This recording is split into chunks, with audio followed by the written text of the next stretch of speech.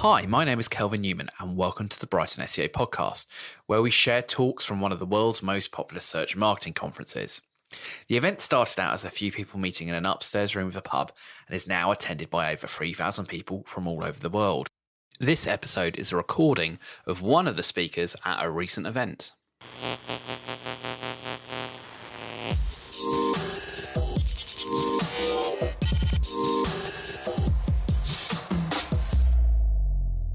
So our next speaker today is Ryan Bertollini from CDK, and he's going to talk about combining paid search with SEO to drive efficiency. Welcome, Ryan.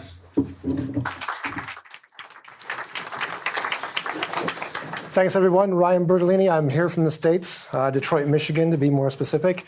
Thanks to everyone for welcoming me to your country. I'm here on holiday, as well as being here, and it's been great. Also, a big shout out to Kelvin and everyone on the Brighton SEO team for having me. It's a real honor. So we're going to talk about extending your client's ad reach without smashing their budget, AKA how to reduce AVG CPC by combining SEO and PPC strategies. So I'm going to assume many of you are digital marketing professionals and you know what all these acronyms mean. If not, we're going to talk about how to reduce your average cost per click by combining search engine optimization and pay-per-click strategies. So if you want to follow along on your device, this presentation is also available on slideshare.net/secret, and this really rather ugly URL right here. Give you a second to bring that up. A little bit about me. I've been in the search space for about 7 years now. Social, paid. I'm currently a Senior SEO Analyst at CDK Global. So, CDK Global, we provide digital marketing solutions for automobile retailers, AKA car dealers. We provide things like CRM and DMS systems. We do website hosting, and of course, search marketing, pay-per-click, and SEO. Now, auto dealer websites are pretty much just like any other e-commerce website, right? You've got your home page. You've got your search results or category, perhaps. We like to call it our vehicle search results, or VSR. And we have our product page, which is VIN-specific, or our vehicle details page. Now, most of our ad campaigns typically drop people right here on the vehicle search results. You know, we obviously don't want to give any more clicks than is needed to get down to the real beef. So we drop them right into the VSR where they can sort by make and model in the hopes they will click through to a VDP and either submit an email lead, call on the phone, or come into the dealership. So this is a pretty grim chart for auto dealers. A lot of them are not quite sure about the future. A lot of disruptors in the automotive market, right? Ride sharing, car vending machines are kind of coming on the scene now. So auto retailers will face an estimated increase of 25% in digital ad spending over the next 2 years. Also, at least in the US, automotive sales are expected to decline in 2018 by 1.5% to 5%, according to Morgan Stanley, with potential continued decline through 2020. And I'm not sure if it's the same here in the UK, but if the attitudes around cars are changing like they are in the US, this could also be the grim future for auto dealers. So, as digital marketing professionals, we are expected to provide solutions. Competition is fierce within this space. People could hire any one of us, right? Any one of us could do the job, or they could automate it. So why should clients give their money to you? And this is the kind of conversation that came up with my client, Park Place Dealerships, experts in excellence, and they're an exotic and luxury automobile dealer group in Dallas, Texas. So brands like Mercedes, Bugatti, McLaren, Rolls-Royce. And without saying it, the kind of conversation was, what have you done for me lately? Right? And when contracts come up to be renewed, it's what can we do for you to keep you in our wheelhouse, because we, of course, want to serve you. So parkplace.com is the website, and it's what we call a portal website. And that means it represents 19 different auto dealer rooftop locations on one domain, and they aggregate over 3,500 vehicles in our search results pages. So now a little bit about these vehicle search results URLs. It's a base URL populated with dynamic content and URL parameters dependent on the filters for make and model that the user picks. So maybe they want to look at a used Lexus NX with a particular trim package. So they can do that and sort it, and then the URL will repopulate with that information content on the page. So our strategy, because we point the majority of our ads to this page, and it's probably the most relevant, right, for those broad term searches. Yes, some people search for 2014 used Lexus NX, but it's the higher funnel terms that have the bigger volume. So our strategy is, can we reduce the average cost per click by improving our ad quality score on the vehicle search URLs for the ads pointed there? So when we talk about things like quality score, we think about sub-metrics like the ad relevance, or we think about things like the landing page experience, okay? And what I find really interesting, even though we spend all day worrying about ads and budgets, that these metrics have a lot to do with the actual strength of the destination URL. How good is that page you're sending people to? All things equal, if we're all paying the same amount of money, there's only a few things that separate us from the crowd, right? So, depending on where you work or who you work for, you may have access to all these variables or very limited. So we have the ad itself and the copy that goes on it. We have the SEO quality of the landing page. We also have the user experience on the page itself or the website. Now, at CDK Global, unfortunately, I cannot affect the UX, right? I'm not a developer. That's not my job. We are siloed to some point. The good thing is, in the agency model, we get to work on these strategies, ad and SEO combined. But this is UX is scalable. We serve, I believe, over 10,000 websites. So it has to work for everyone. And just because I have a pet SEO or pay-per-click project doesn't mean they're going to change anything for me. So the more variables you can optimize, the higher probability of success, but even if you have only access to one or a couple of these, you can still make a difference. Okay, so method one, we did some trials, and this is how we started. You want to include the campaign ad group target keyword in the destination URL meta description, and it should be an exact match phrase. So inside your campaign, inside your ad group, you want to find your target keywords. Depending on how big your campaign is, this could be a very long list or a very short list, but it should be an exact match phrase. You want to find a common keyword that occurs across many campaigns or ad groups, and it should be a keyword with a high amount of impressions or, of course, clicks, because that's the highest probability of positively affecting the client's bottom line. Just like you don't want to optimize for keywords no one's searching for, you don't want to go through all this work for ads that aren't being served. So trial A from method one, vehicle search results URLs. Leasing, I'm not sure if you call it the same thing here, but as opposed to buying, you can lease a car. And we have leasing campaigns for almost every OEM the client sells. So anything they sell new, we can advertise for leasing. It doesn't count for used, but this one occurred across every single one of our campaigns. So it found to be a great target. What was interesting about it is there's actually a 3 times higher monthly search volume in the Dallas area where our client exists for lease terms as opposed to leasing. However, leasing keywords had about 10-to-1 impressions within our reporting. So that tells me that search engines are serving up these leasing ads even when people are querying the word lease. Okay, so here's my old meta description. This is before. We see Park Place offers, and we see this giant database autofill here. Vehicle search results keywords. That's a database query autofill that matches whatever the user is selecting on the side of the page. Cars, SUVs, and exotic vehicles for sale or lease, and here's all my target geos. So easy enough, swap out lease for leasing because that populates Bentley leasing, Bentley Continental leasing, Lexus NX leasing, all the way across the board. And here's some of our results. So we see our before, a quality score. Just by doing this small tweak, we see things like McLaren, Maserati, Bentley, Rolls-Royce, Volvo, our before quality scores and our after quality scores with a significant rate of change. So McLaren jumped by close to 48%. Maserati about 25%. We see Bentley up close to 60%. Now what's curious here is that Rolls-Royce, the quality score didn't change at all. However, as far as the client doesn't care about things like quality score.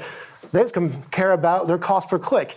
And we see some dramatic decreases here in our average cost per click just by doing these tweaks. So we see decreases in McLaren by 15%. Now, this is pretty cheap. And the reason is there's only so many McLaren dealers in the world. But as we get into slightly more competitive, Maserati, down the list, we see significant, close to 40% drops in our cost per click. That Volvo cost actually went up. And we say, oh, great, what's happening? A little more research, we discovered that Cadillac was conquesting for all of our Volvo terms. So competition is the constant variable. You can't get away with it. Whether it's competitors conquesting for your brand, whether you sell or you're a retailer for, the actual competition trends for the keyword itself, maybe something that wasn't very competitive yesterday, is today. And of course, the landing page URL that you're sending people to. All things being equal, how good is your landing page? So trial B, we did in the Park Place Careers URL, voted a top place to work by the Dallas Morning News. That's nice. And our keyword was auto sales career. Now, I would never say that. However, there's a very high amount of impressions and search volume behind that. What was interesting is we added auto sales career, exact match to our meta description of that page, and we saw no initial improvements in quality score or cost per click just by adding that. However, came back and did a round 2. We added parts jobs, repair jobs, and sales and support positions. And here you can see the finished meta description for the page. We saw our landing page experience increase from average to above average. We saw our quality score increase from a 3.21 to a 5.45. And we saw our cost per click drop about 39 cents. Sure, that works. Now, trial C, we went back to our vehicle search results URL, and we targeted the word exotic. And the reason we did exotic is because luxury automobile brands don't like being called luxury. They prefer to think of themselves beyond luxury or exotic. So what's interesting here is that we added exotic to the meta description. Our quality score actually decreased. Our landing page experience actually dropped a bit. However, we still saw cost per click decreased by 10% with no loss of impressions or clicks. Now, anything that's 10% or under, I need more data, right? I want to see months of this, because just because you dropped cost per click 10% for 1 week, so what? If you keep doing it consistently, that tells me as a data guy, this is working. Method 2. So we changed up our strategy and said, what if we included ad copy in our destination URL body text, exact match phrase. So we want to take the actual ad copy, place it on the page. So we see here, trial A, we did C-Class 300 was our target model. So any ads pointed to the C-Class 300 VSR URLs. And here we see our ad copy. Now, a lot of these, we have OEM restrictions. The OEM says you have to say this in your ad because it matches our branding campaign. That makes sense. So here we see, visit Park Place Motor Cars Dallas, your love it first drive place. So added your love it first drive place to the on-page body text for this model. And this is served up in a dynamic content card through the same filters as our meta description autofills. Now, I bolded this as a headline, but I did not make it an H tag. Why? Because I can't affect what's pre-coded as an H tag. I couldn't change that. Here we also did a trial for the Volvo XC90. Dynamic and versatile with capability to take you anywhere, visit Park Place. So I added dynamic and versatile with capability to take you anywhere to that on-page body text. Once again, bold as a headline, but did not assign an H tag. And actually, I would never say this, right? I'm a digital marketer. I go purely off of data and what keywords people are searching for. So it's actually a bit refreshing to put this in my content because after a while, you've been doing this day in, day out, you may run out of ideas. So went ahead and dropped this on the page. We saw for the C-Class vehicles that our cost per click decreased by 8.5%, even though the quality score did not change. We saw a much more dramatic drop in our cost per click with the Volvo XC90 campaign, even though, once again, quality score did not change. So we started achieving our end goal by saving our clients money, or if you want to keep the money for your agency and pad your margins, that works too. But we did not affect what we thought would be the metric that determined this decrease in cost. So the CDK SEO and digital advertising analyst, right? We have many teams. We service a lot of auto dealers. We repeated all these trials on 12 other website VSR URLs with varied OEMs, so General Motors, Buick, etc. And we had different target geo markets, San Francisco, Dallas, New York. And we had it overall an 85% success rate and a reduction to the cost per click metric. So now car dealers make most of their money, most of their profit margin, what we call fixed ops. So fixed ops is financing, right? Charging people interest on their loan and lease every month, and the actual service. Most car dealers, if they can keep the service base full with oil changes and what have you, that is typically what makes up the bulk of their profit margin, because what we call variable ops are the actual unit sales. We can't control that. You can have the best sales people on the floor selling units all day, doesn't mean it's going to work. So the more stable numbers are the fixed ops. So the next trial is like, well, hey, great, let's go ahead and try to improve the fixed ops campaign, because car dealers spend a whole lot of money trying to rank for things like oil change. And this was a bust. So this is our Body Works About. It's a collision repair page. We went ahead and did the same method, added it to our meta description. That didn't work. So we used methods 1 and 2. We went ahead and added the exact ad copy to the page. That didn't work. But we also added the target keyword to the URL body text. I did some keyword stuffing, right? Okay, that didn't work. Let's do what we're not supposed to do and stuff that page full of keywords. And none of these made a difference. No change in quality score, ad relevance, landing page experience, or cost per click. And we actually had one instance where the cost per click increased. So that has everything to do with extreme competition, right? So depending on what you're selling, you're going to be competing with business entities that perhaps only dedicate their entire website and search budget to, like for example here, fixed op terms like auto repair or oil change. So Joe's garage down the street, he can put all of his cost per click budget towards high funnel terms like this, when we have a car dealer who needs to spread their budget across many things. So once again, competition becomes the constant variable, and sometimes will sideline what we're trying to achieve. All in all, for a summary for all trials, overall we saw an 89% reduction to cost per click by doing these different varied methods. However, we only saw an improvement to quality score 65% of the time, and only 40% of the time we saw an improvement to the landing page experience. So that tells me is that 60% probably has a lot to do with your actual website design. Are you offering people the next best click?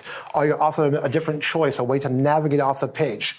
So there's only so much you can control. However, if you do have the ability to get in it and change how your users experience the page, we can push this number a lot closer to 100%. So there's more trials underway. We keep doing all these because as data people, right, I want to see results over a long amount of time. I want to see it work again and again and again, and then I can call it a win. I can't call it a silver bullet unless I see it happen many, many times. There's more trials that could be performed. If anyone here tries things similar to this and they work, I'd love to hear about it. I'm really into structured data lately, specifically applying schema via Tag Manager. So my next question is, that fixed ops needle that I couldn't move with metadata or ad copy, can we move the needle by optimizing it via structured data and drop that cost per click? So that's it for me. You can find me on Twitter. I don't tweet hardly ever. But if there's something that works, I like to post about it because I'm the only person I know who likes SEO. So thank you all for being here and actually know what I'm talking about. I'm also on LinkedIn. I love just to talk about this. My wife does not like to talk about this. So please feel free to hit me up. Let's share strategies, or I'll be around at the conference, say hi. And that's it. Thanks. This was originally recorded at a Brighton SEO conference. If you want to listen to more episodes or find out about the conference itself, you can do at brightonseo.com.